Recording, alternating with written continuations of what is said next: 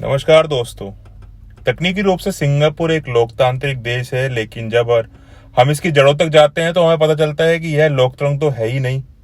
लोकतंत्र का मतलब होता है कि लोग अपने नियम खुद बना सकते हैं, जनता अपने फायदे के लिए नेता चुनती है।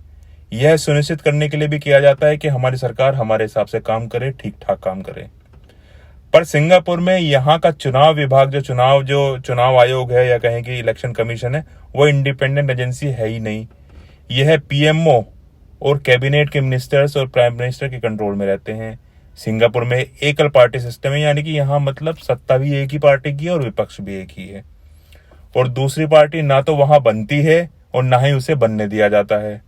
बहुत लोगों ने कोशिश की पर बैंकरप्ट हो जाते हैं, क्योंकि नियम या कहें कि कुछ विशेष टाइप के यहाँ पे नियम कानून है। यहाँ सिर्फ और सिर्फ पाप नाम की एक पार्टी है जिसको पीपल एक्शन पार्टी कहते हैं।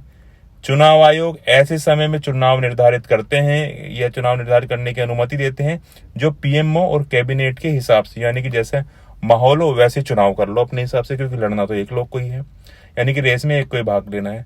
सिंगापुर में सभी नियम बनाती है सरकार, लोगों की राय कोई नहीं लेता, दृष्टिकोण पर कोई विचार नहीं करता है, वो सिर्फ अपने हिसाब से थोपते हैं।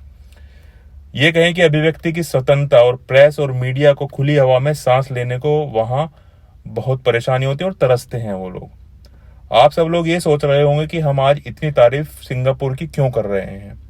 हुआ ये कि सिंगापुर की संसद में एक बहस हो रही थी, और बहस भी किस विषय पर की, देश में लोकतंत्र कैसे काम करना चाहिए, यानी कि डेमोक्रेसी कैसी होनी चाहिए। इस विषय पर सिंगापुर के प्रधानमंत्री ली सिन लुंग ने भारत के पहले प्रधानमंत्री जवाहरलाल नेहरू जी का जिक्र किया। अच्छी बात है, दुनिया का सबसे बड़ा लोकतंत्र है, तारीफ करनी भी चाहिए। उन्होंने कहा कि देश की आजादी के लिए लड़ने और जीत दिलाने वाले नेता अक्सर जबरदस्त साहस, महान संस्कृति और उत्कृष्ट क्षमता वाले व्यक्ति होते हैं। बिल्कुल सही बात है। उन्होंने यह भी कहा कि नेहरू का भारत तो बन गया, लेकिन ऐसी खबरें मिलती रहती हैं मीडिया के माध्यम से कि वहां की संसद में लगभग आधे सांसदों के खिलाफ आपराधिक मामले लंबित हैं। हालांकि यह भी कहा जा सकता है कि इनमें से कई आरोप राजनीति से प्रेरित हैं। मतलब इन्होंने सांसदों, सरकार और लोकतंत्र तीनों को एक साथ निशाने पर ले लिया और आलोचना कर दी। प्रधानमंत्री ली सिन लुंग ने कहा कि राजनीति बदलती रहती है, समय के साथ राजनेताओं के प्रति सम्मान घटता रहता है और आप इससे बेहतर की उम्मीद भी नहीं कर सकते। यह भी कहा कि जो सिंगापुर को विरासत में मिला है उसको हमें संजोकर रखना है, तभी हमारा लोकतंत्र भी परिपक्व और गहरा हो सकेगा। दोस्तों, जो नेता लोकतंत्र की बात करते हैं और जिस देश में लोकतंत्र है ही नहीं, वहां का प्रधानमंत्री इस तरीके की बात कर रहा है तो आप क्या ही मायने लेंगे। सिंगापुर के प्रधानमंत्री जी को कौन बताए कि साहब आपके यहाँ जो डेमोक्रेसी है वो लिबरल डेमोक्रेसी नहीं, इलिबरल है, यानी कि उदारवादी नहीं है।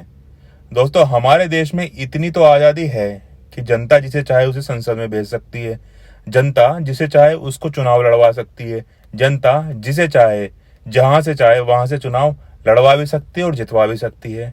और जो पत्रकार जो लिखना चाहते हैं वो लिख भी सकते हैं, या जो पार्टी जहां बनाना चाहता है, जैसे बनाना चाहता है, जिसके साथ बनाना चाहता है वो बना भी सकता है।